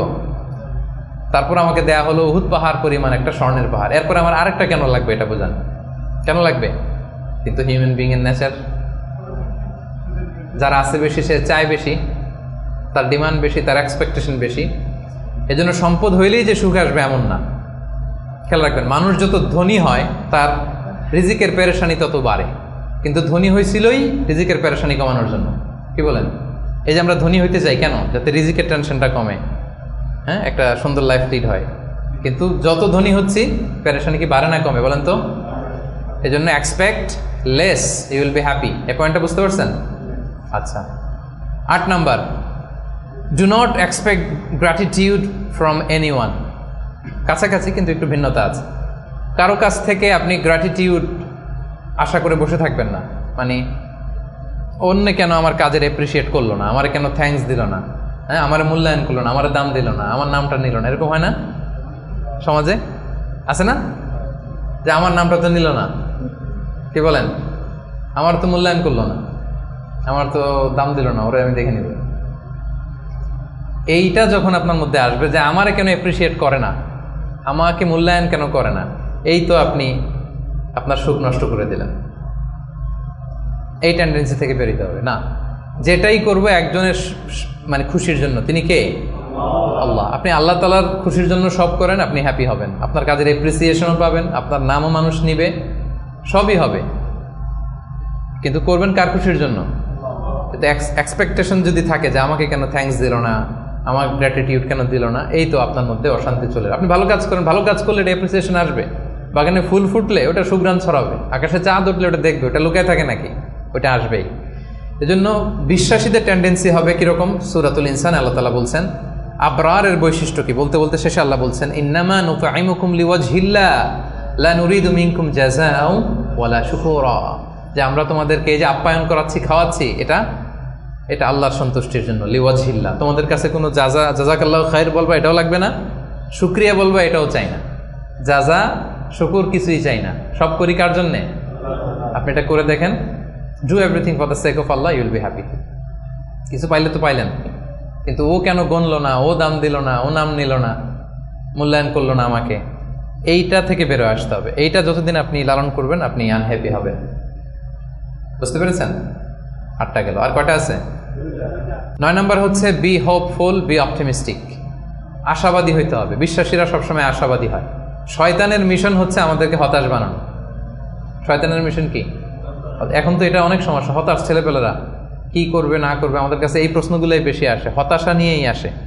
ক্ষোভ, বাবা মায়ের প্রতি ক্ষোভ, স্ত্রীর প্রতি ক্ষোভ, বন্ধুর সাথে ক্ষোভ, সবার সাথে সবার এই যে ক্ষোভ, এগুলো থেকে হতাশার জন্ম দেয়। ছেলেপেলেরা সুইসাইডও করে ফেলে, মানে সুইসাইডের টেন্ডেন্সি আগে তো এত ছিল না, এখন মানুষ এটা নিয়ে ভাবে যে কি সুইসাইড করে ফেলবো নাকি, প্রত্যেকের এরকম একটা ভাবনা, যার পিছনে না পারলে একটা রাস্তা তো আছেই, সুইসাইড করে ফেলি। কি পরিমাণে হতাশ হলে জাতিগতভাবে মানুষ এতটা দৈন্যতার ভেতরে যায়। তো বিশ্বাসীরা কখনো হতাশ হয় না প্রিয় ভাইরা, হতাশ নিজেকে হতে দিবেনই না। চলে যান লাঙ্কাবি, ঘুরে আসেন, চলে যান KLCC, ঘুরে আসেন, ওই যে ওয়াটার ডান্সিং আসে না, দেখে আসেন একদিন সন্ধ্যা, যেটা ভালো লাগে ওটা করেন, হতাশ হইতে দিবেন না মনকে, পারা যাবে না। হতাশ হলেই বিপদ, হতাশা থেকেই সব ঝামেলার জন্ম। এবং শয়তানের বড় মিশন হচ্ছে বিশ্বাসীদেরকে হতাশ বানানো, আর এই কোরআনের মিশন হচ্ছে আমাদেরকে আশাবাদী বানানো। এটা আশা জাগা নিয়ে একটা বই, আপনি পড়ে দেখেন, এই কোরআনের কথা শুনে দেখেন, শুধু আশা আর আশা, মানে হতাশ হইতেই দিবে না, শুধু মানে এনার্জি আপনার অপটিমিস্টিক বানাইই ছাড়বে। আপনি কোরআনের কয়েকটা আয়াতকে আমি রেফার করি, লা তাহজান ইন্নাল্লাহা মা'ানা, লা তাহজান, never be sad, never be frustrated, Allah is with us, আল্লাহ আমাদের সাথে আছে। আবু বকর রাদিয়াল্লাহু তাআলা আনহু সেই গারে সাউরে তিনি ভয় পাচ্ছিলেন, উদ্বিগ্ন। রাসূলুল্লাহ সাল্লাল্লাহু আলাইহি ওয়াসাল্লাম বললেন ভয় নাই, আমাদের সাথে কে আছে? আমরা গুহার ভিতরে দুইজন না, এখানে তিনজন, তুমি আমি দুইজন, আরেকজন কে? আল্লাহ। দেখছেন আমাদের পাওয়ারের জায়গাটা কোথায়? সবসময় এটা ফিল করবেন যে আল্লাহ আমার সাথে আছে, আল্লাহ আমার একা ছেড়ে দেয় নাই, উনি আমার বড় গার্ডিয়ান। এরপরে সূরা ইউসুফ আল্লাহ বলেছেন লা তাইয়াসু মির রাহিল্লাহ, আল্লাহর রহমত থেকে নিরাশ হবে না। ইন্নাহু লা ইয়াইয়াসু মির রাহিল্লাহি ইল্লাল কওমুল কাফিরুন, কাফেররা ছাড়া কেউ আল্লাহর রহমত থেকে নিরাশ হয় না। কুল ইয়া ইবাদিয়াল্লাযিনা আসরাফু আলা আনফুসিহিম লা তাকনাতু মির রাহমাতিল্লাহ, আল্লাহর রহমত থেকে নিরাশ হয়ো না। ইন্নাল্লাহা ইয়াগফিরুদ দুনুবা জামিআ, আল্লাহ তুমি চোখের পানি ছেড়ে অশ্রুসিক্ত হৃদয় নিয়ে আল্লাহর কাছে চাও, আল্লাহ তোমাকে ক্ষমা করে দিবেন।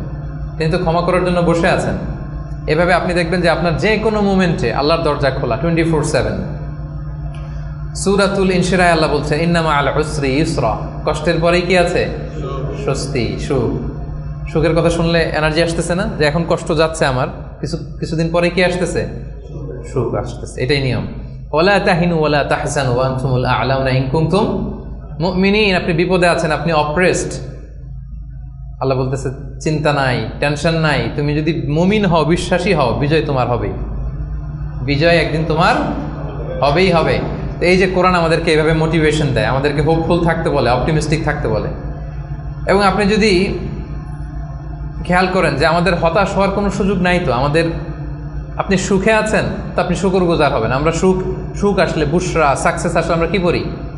আলহামদুলিল্লাহ। তাহলে শুকুর, আল্লাহ শুকুর করলাম, শুকুর করলে সওয়াব আছে না? আচ্ছা, এখন আমার বিপদ আসছে, পরীক্ষা, দুর্ঘটনায় পড়ছি, তখন আমরা সবর করব। কি করব? সবর একটা ইবাদত না? সওয়াব আছে না? তাহলে আমাদের মুমিনদের পুরো জিন্দেগিতে এই দুইটা ইবাদত ছাড়া কোনো একটা মুহূর্ত কাটে? আমার সারা জীবন হয় আমি শুকরে আছি, নয় সবরে আছি। কি বলেন? কন্টিনিউয়াস এই দুইটা ইবাদত কিন্তু মুমিনের জীবনে চলমান। আর এই দুইটা ইবাদতের কারণে কন্টিনিউয়াস আপনি সওয়াব পেতেই থাকবেন, পেতেই থাকবেন। আপনি শুকর গুজার অবস্থায় আছেন, শুকরের সওয়াব আমল নামে উঠতেছে। বিপদে পড়ছেন, হসপিটালে আছেন, অসুস্থ, কি করতেছেন তখন? সবর, সবরের সওয়াব আমল নামায় উঠতেছে কন্টিনিউয়াস। তো এই যে আমি কন্টিনিউয়াস সওয়াব পেয়ে যাচ্ছি, এটা কি আপনার মনে আশা জাগায় না? কি বলেন? এমন রাসূল সাল্লাল্লাহু আলাইহি ওয়াসাল্লাম বলেছেন হাত্তা শাওকাতি ইউশাকুহা ইল্লা কাফারাল্লাহু বিহা মিন খাতায়া, তোমার জীবনের দুঃখ, কষ্ট, জ্বালা, যন্ত্রণায় প্রতিটা কষ্টের মধ্য দিয়ে আল্লাহ তোমার গুনাহ মাফ করে দেয়। আপনার জ্বর হয়েছে, গুনাহ মাফ। দুর্ঘটনা হয়েছে, গুনাহ মাফ।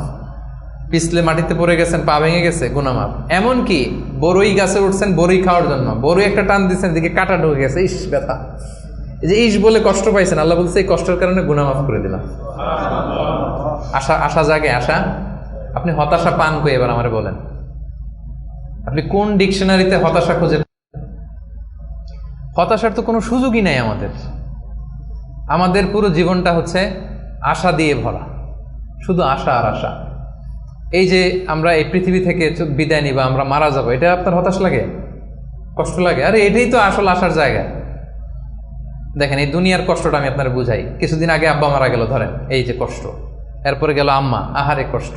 এরপরে বউ মারা গেল, আরে কষ্ট। এই দেখেন কষ্ট, অন্যান্য কষ্ট বাদ দিলাম, আমার প্রিয়জনরা যে আমার থেকে বিদায় নিচ্ছে একটার পর একটা, আমার তো ক্ষতবিক্ষত হচ্ছে না হৃদয়? আমি কষ্ট পেতে পেতে আপনি কত কষ্ট পাবেন? ওইখানেই কষ্ট আছে আপনার? ওইখানের কথা ভাবলেই আরে আমার বউরে তো আমি ওখানে পাবো, আরে আমার দাদাকে তো আমি ওইখানে পাবো, আমার আব্বাকে আমি এত ভালোবাসতাম, আমার আব্বারও ওইখানে পাবো আমি। বিশ্বাসে যদি হয় আমার আব্বা, আম্মা, স্ত্রী, দাদা, দাদি মিলে আজীবন আতাআন গায়রা মাজজুজ, চিরকাল ওখানে থাকবো। তো মৃত্যুকে তো মুমিন ভয়ই করেন, এটা তো একটা আনন্দের বিষয়। আচ্ছা, আর উদাহরণ দিয়ে বলি, আপনি আছেন মালয়েশিয়াতে, আপনার জীবনের সবচাইতে কাছের মানুষ, প্রিয় মানুষ আপনার আব্বা, উনি থাকে আমেরিকাতে, 10 বছর আপনার দেখা নেই। এখন বলা হইলো তোমার গ্রাজুয়েশনও শেষ, ইউএস এর ভিসাও হয়েছে, তুমি মালয়েশিয়া থেকে ইউএসএ যাবা, তোমার সবচেয়ে বড় গার্ডিয়ান তোমার আব্বার সাথে দেখা করতে। খুব কষ্ট লাগবে না আপনার? কি লাগবে? বলেন না কেন, কেমন লাগবে আপনাদের? আপনি মহা খুশি হবেন না? আপনার বাবা, আপনার পিতা, আপনার সবচেয়ে বড় গার্ডিয়ান, তার সাথে আপনি দেখা করতে যাবেন। বলেন আমাদের জীবনের মরণের সবচেয়ে বড় গার্ডিয়ান কে? আল্লাহ। আমার সবচেয়ে বড় অভিভাবক কে? আপনার অভিভাবক কি চিনেন না এখনো? আমাদের সবচেয়ে বড় অভিভাবক কে বলেন তো? আল্লাহ। তো সেই অভিভাবকের কাছে আমি যাব, আমি তো খুশিতে বাকবাকুম হয়ে বসে আছি, কবে যাব? এটা ফিল করতে হবে না? আমার আব্বা ইউএসএ তে থাকে, 10 বছর পরে আমার সবচেয়ে বড় অভিভাবক, আমার আব্বার কাছে যাব, ওইটাতে আমি এত খুশি। তা আমার জীবন মরণ দুনিয়া আখিরাতে সবচাইতে বড় গার্ডিয়ান, সবচাইতে বড় অভিভাবক আমার বাবা আমাকে যত বেশি ভালোবাসে তার চেয়ে আমাকে বেশি ভালোবাসে আমার আল্লাহ। আমার মা আমাকে যত বেশি ভালোবাসে তার চেয়ে আমাকে বেশি ভালোবাসে আল্লাহ। আমি আমাকে, আমার সত্তাকে যত বেশি ভালোবাসে, আমার চাইতে আমাকে বেশি ভালোবাসে কে? তো সে আল্লাহর কাছে আমি যাব। আপনাদের কি আশা জাগতেছে না? এরপরে দুনিয়াতে যত কষ্ট হয়েছে সবগুলোর তো বিচার ওই দিন হবে। হাইকোর্টে গেছেন, বিচার পান নাই। বিচার বসছে গ্রামে, বিচার পান নাই। অনেক আনসেটেল জিনিস দুনিয়াতে, আনসেটেল, এগুলো সেটেল হবে না ওই দিন। তো আসল খেলা তো ওইখানে, আসল হাসি তো আমরা ওইদিকে হাসবো। আমাদের আসল হাসি সুখ সব তো জমা পড়ে আছে ওইখানে, ওটা তো ফিল করতে হবে। এখন হতাশ হওয়ার স্কোপ আপনি কোথায় পেয়েছেন এবার বলেন আমাকে? হতাশ হবে না? হতাশ হওয়া যাবে? আমাদের হতাশ হতে চাইলেও ঘুরে ফিরে সুযোগ নেই। খুব চাচ্ছে একটু হতাশ হই, একটু টেনশন করি, তারপরেও সুযোগ নাই প্রিয় ভাইরা। তাহলে কি ছিল 9 নাম্বার? হোপফুল হইতে হবে। এই যে আমি যতগুলো বলছি একটাও কি গোজামিল দিয়ে বললাম নাকি? যে কোনো রকম গোজামিল দিয়ে আপনাদেরকে আমি একটু হোপফুল বানানোর চেষ্টা করছি। আসলে কি গোজামিল না মহাসত্য এটা? তো আপনি হতাশ হন কিভাবে? আপনি তো এখান থেকে শান্তি খুঁজবেন, প্রশান্তি খুঁজবেন, আপনি তো আরো আশাবাদী হয়ে উঠবেন। তাইলে হতাশ হওয়া যাবে না। 10 নম্বর, রিমেম্বারেন্স অফ আল্লাহ, সর্বশেষ সুখী হওয়ার মাধ্যম। এটা দিয়ে শুরু করার কথা ছিল, কিন্তু এটা দিয়ে শুরু করলে বলবো যে এই যে ওয়াজ শুরু করছে। তো এই জন্য আপনাদেরকে দুনিয়াবি কথাগুলো আগে বলে রিমেম্বারেন্স অফ আল্লাহ, যেটা 1 নম্বরে আনার কথা ছিল, আমি শেষের দিকে নিয়ে আসলাম আপনাদেরকে। আমি তৈরি করে করে এখন বুঝতে সুবিধা হবে। আল্লাহর স্মরণে হৃদয় প্রশান্ত হয়। আল্লাহর স্মরণে যে হৃদয় প্রশান্ত হয়, আমার একটু আগের যে পয়েন্টটা, এটা যদি আপনি ফিল করেন ভেতর থেকে, প্রশান্ত হবে না আপনার? আপনি তো মানে বিশাল বড় আশা নিয়ে বুক বেঁধে থাকবেন, আপনার তো হতাশ হওয়ার কোনো সুযোগ নেই। আপনি ভিতর থেকে মনোদৈহিক প্রশান্তি, শান্তি, সুখ এটা অনুভব করবেন। আল্লাহ স্মরণ, আখিরাতের স্মরণ যার মধ্যে থাকে সে সুখী হয়, সে জীবনে শান্তি লাভ করে। আর আপনি যদি নাস্তিকদের দিকে তাকান, আপনারা জানেন ওরা কি কঠিন জীবনযাপন করে। বিশ্বাস করেন, টক শোতে অনেক বড় বড় কথা বলে, কিন্তু রাতের বেলা যখন মরণ নিয়ে চিন্তা করো দম বন্ধ হয়ে আসে।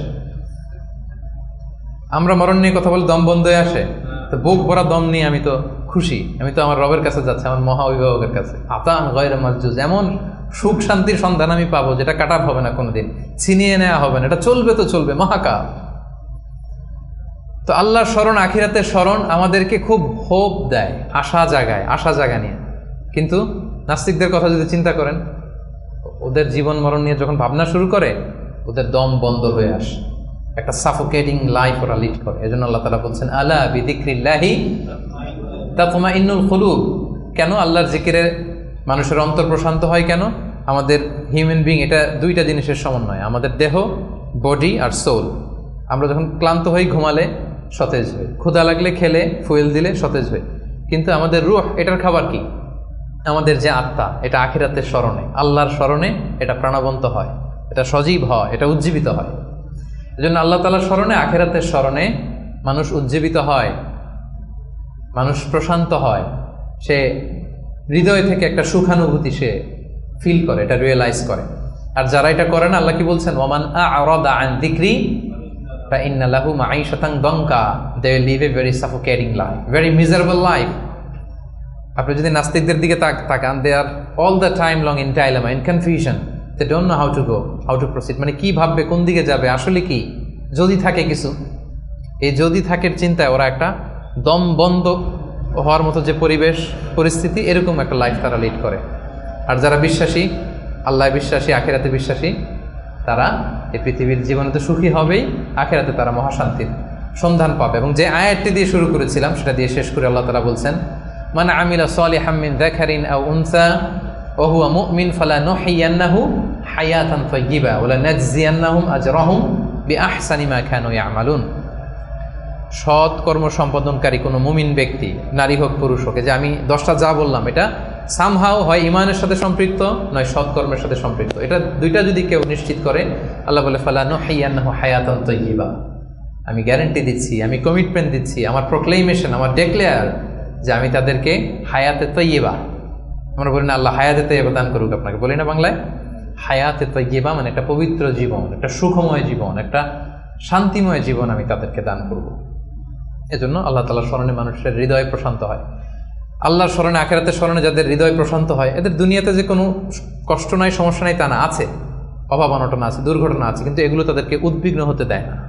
কথা বুঝতে পেরেছেন? বিশ্বাসী সৎকর্মপরায়ণশীল ব্যক্তিদের জীবনে কষ্ট আছে, দারিদ্রতা আছে, দুঃখ আছে, কিন্তু এটা তাদেরকে উদ্বিগ্ন বানায় না, এটা তাদেরকে অস্থির হতে দেয় না, অস্থির চিত্তের হয় না, তারা প্রশান্ত চিত্তের অধিকারী। আর আমরা শুরুতেই বলেছি যে অন্তরে সুখী বড় সুখ বা আসল সুখ। তো হৃদয়ের সুখটা তারা সবসময় অনুভব করে। আলা বিযিকরিল্লাহি তাতমাইন্নুল কুলুব, জেনে রেখো, সাবধান, আল্লাহ তাআলার স্মরণেই হৃদয় প্রশান্ত হয়। তো আমরা যেন আল্লাহ তাআলার স্মরণের মধ্য দিয়ে, আখিরাতের স্মরণের মধ্য দিয়ে এই পৃথিবীতে সুখী হতে পারি, প্রশান্ত চিত্তের অধিকারী হতে পারি। আল্লাহ তাআলা আমাদের সবাইকে কথাগুলো বোঝার, আমল করার তৌফিক দান করুন। আমি কি একটু করে 30 সেকেন্ডে একটু পয়েন্টগুলো আবার বলবো, কি কি বলেছিলাম। 1 নম্বর কি ছিল? সুখী সমৃদ্ধ জীবনের জন্য সিম্পলিসিটি, সিম্পল লাইফ লিড করা, ইজি গোয়িং হওয়া। 2 নম্বর ক্ষমা করে দেয়া। ক্ষমা করে দিবেন? এখান থেকে দেয়া যাবে ক্ষমা করে? ভুলে যান সব দুঃখ, কষ্ট, ক্ষোভ, জ্বালা, ভুলে ক্ষমা করে দেন, দেখবেন যে একটা সুখ পাবেন। মাফ করে দেন না, একটু ক্ষমা করে দিয়ে দেখেন, আপনি সুখী হবেন। 3 নম্বরে try to make others happy, অন্যকে সুখী করার চেষ্টা করা, রাইট। 4 নম্বরে be grateful with what you have, যেটা আছে এটা নিয়ে আমি শুকরগুজার যেন হয়, এটা আমাকে সুখী বানাবে। 5 নাম্বার অ্যাভয়েডিং কম্পারিজন, তুলনা কমানো। ও এত ড্যাশিং লাইফ, ওর এত গ্ল্যামারাস লাইফ, ওর এত, এগুলো বাদ দিয়ে আমার যেটা আছে সেটা নিয়ে যেন আমি আরো নিজেকে সমৃদ্ধ করতে পারি, এটা আপনাকে সুখী বানাবে। 6 নম্বরে কি ছিল? Piece of mind. এটাই হচ্ছে, কিন্তু এটা হচ্ছে আজকে বলা যায় টেক অ্যাওয়ে মেসেজ। আজকের আলোচনার টেক অ্যাওয়ে মেসেজ কি? Piece of mind is the real happiness. মনের সুখী আসল সুখ। বলেন, মনের সুখী আসল সুখ। সো আপনার এই মনে সুখ পাচ্ছেন কিনা, এই সুখকে আপনি কখনো নষ্ট করবেন, এটাই আসল সুখ। আচ্ছা, 7 নম্বরে কি ছিল? এক্সপেকটেশন লেস, মানে এক্সপেক্ট লেস, অল্প প্রত্যাশা করা। বেশি প্রত্যাশা করলে না মিললে কষ্ট, আর অল্প প্রত্যাশা করছি পাইছি অনেক, তাহলে হ্যাপি। আচ্ছা, 8 নম্বরে do not expect gratitude from anyone, অন্যের থেকে গ্র্যাটিটিউড, শুকর, থ্যাংক ইউ, অ্যাপ্রিসিয়েশন, এগুলোর জন্য বসে না থাকা। আচ্ছা, 9 নম্বরে কি ছিল? বি হোপফুল, বি অপটিমিস্টিক, আশাবাদী হওয়া, নিরাশ হওয়া যাবে না। আর নিরাশ হওয়ার কোনো সুযোগই তো আজকে আমরা পেলাম না, অনেক ট্রাই করে, কি বলেন? সো নিরাশ মোটেও হওয়া যাবে না। আর 10 নম্বরে কি ছিল? রিমেম্বারেন্স অফ আল্লাহ, আলা বিযিকরিল্লাহি তাতমাইন্নুল কুলুব, আল্লাহর স্মরণের মধ্যে দিয়ে হৃদয় প্রশান্ত হয়। আল্লাহ তাআলা আমাদের সবাইকে একটা হ্যাপি, পিসফুল, মানে life with full of contentment, tranquillity, একটা হ্যাপি অ্যান্ড পিসফুল লাইফ যেন আমরা লিড করতে পারি। আল্লাহ তাআলা আমাদের সবাইকে তৌফিক দান করুন। হাযা মা ইনদি ওয়াল ইলমু ইনদাল্লাহ, আলাইহি তাওয়াক্কালতু ওয়া ইলাইহি উনীব। আসসালামু আলাইকুম ওয়া রাহমাতুল্লাহি তাআলা ওয়া বারাকাতুহু।